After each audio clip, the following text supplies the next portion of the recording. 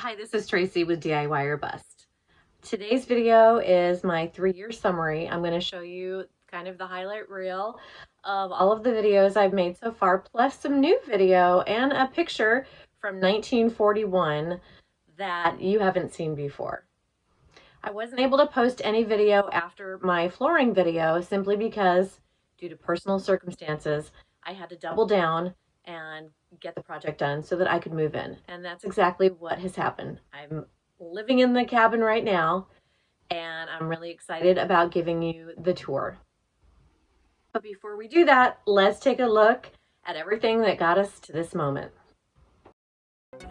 When I first took possession of the cabin in February 2022, it was in very bad shape. It was sitting on the ground, having been knocked off its foundation a decade earlier during flooding.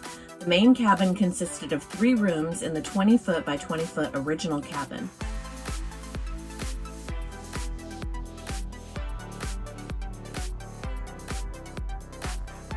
I was hopeful that I could save some of the interior, but I ended up demolishing the additions and gutting the original cabin.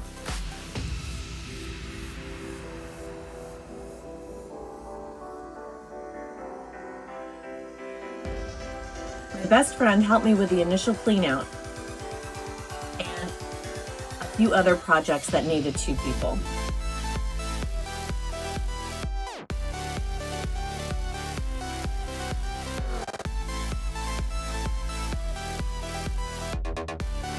This is us being silly about how dirty we were.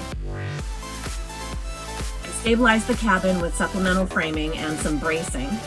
I also filled in any missing siding and framed in the doors and windows.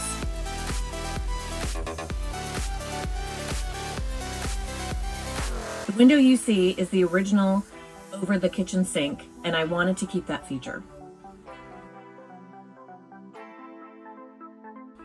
I experienced flooding that stalled the project for 5 months.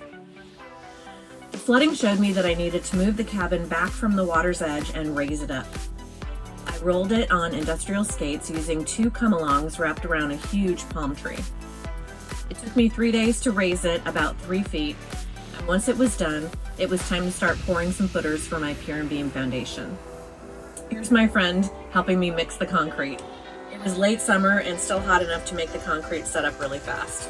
Now that I had all the footers in place, I sistered all the joists and began in the office addition, sheathing and house wrapping the cabin for the winter's rainy season. I built the bed bath addition and joined the roof lines by moving the roof peak a few feet over. Building and completing the roof on the addition took all summer.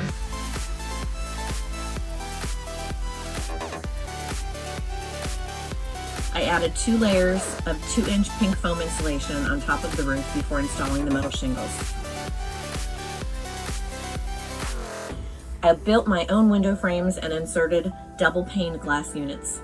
The siding was so satisfying to install. I had to learn a few tricks to get the 16-foot pieces in place by myself. The cedar shingles were a test of my patience and also helped me overcome my fear of heights. Inside the cabin, the underfloor insulation and new subfloor were installed.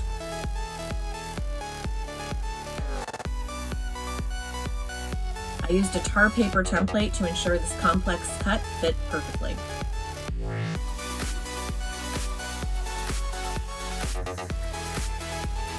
The new year started with the plumbing rough-in, and I almost wish I had raised the house another foot higher. I kept hitting my head and scraping my back on the joists, but the effort was well worth it.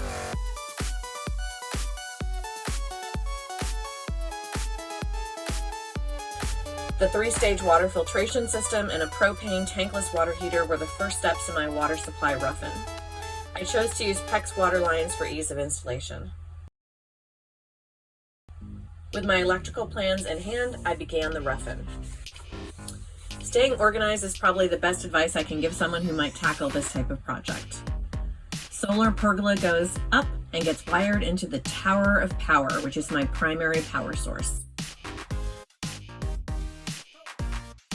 Begin the interior wall finishes with some reclaimed Hecky cedar to create an accent wall. I installed shiplap on all remaining interior walls.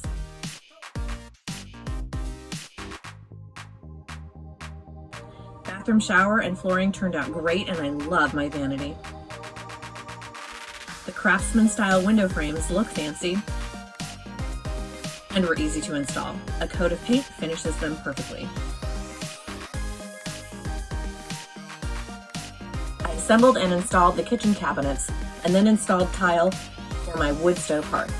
I will use the same tile on my kitchen backsplash.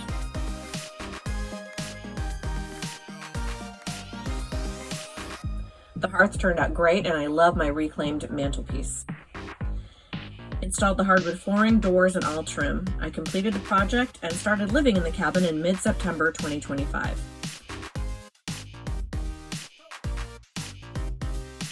This is the earliest picture of the cabin, and you can see how much land was in front. The poplar to the right is still alive, and it's huge. This is the house when I took possession. The addition on the front obscures the original cabin. This is what it looks like today. The original cabin on the left has been preserved for another generation to enjoy. This is the main cabin. The front door. Sitting area. I doubled up LED lights and strung them through using the knob and tube for support, which I think is just a really fun touch. I got a couple of old lamps.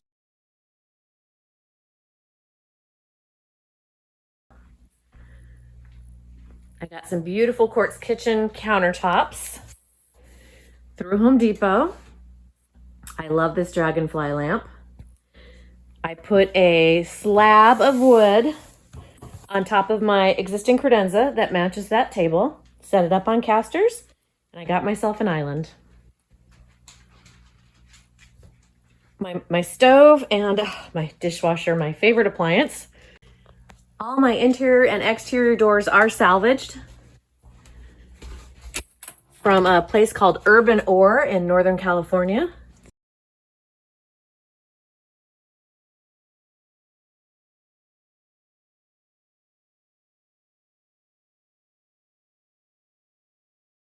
This is one of my favorite little additions. I did put the decal on there. So the bedroom and bathroom interior doors are a close match. Not exactly, but a close match. Here's the final bathroom.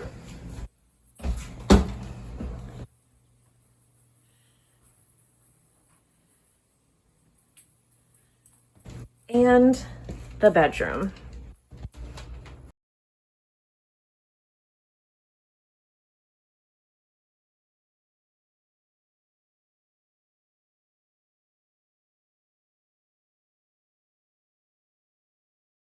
The closet. I've got lots of clothing hanging, shoe boxes, and my laundry center. Well, if you've made it this far, I just want to thank you again for watching. I've had such a fun time, not only working on this project, but also making the videos and interacting with everyone who's been following me. I'm not signing off forever.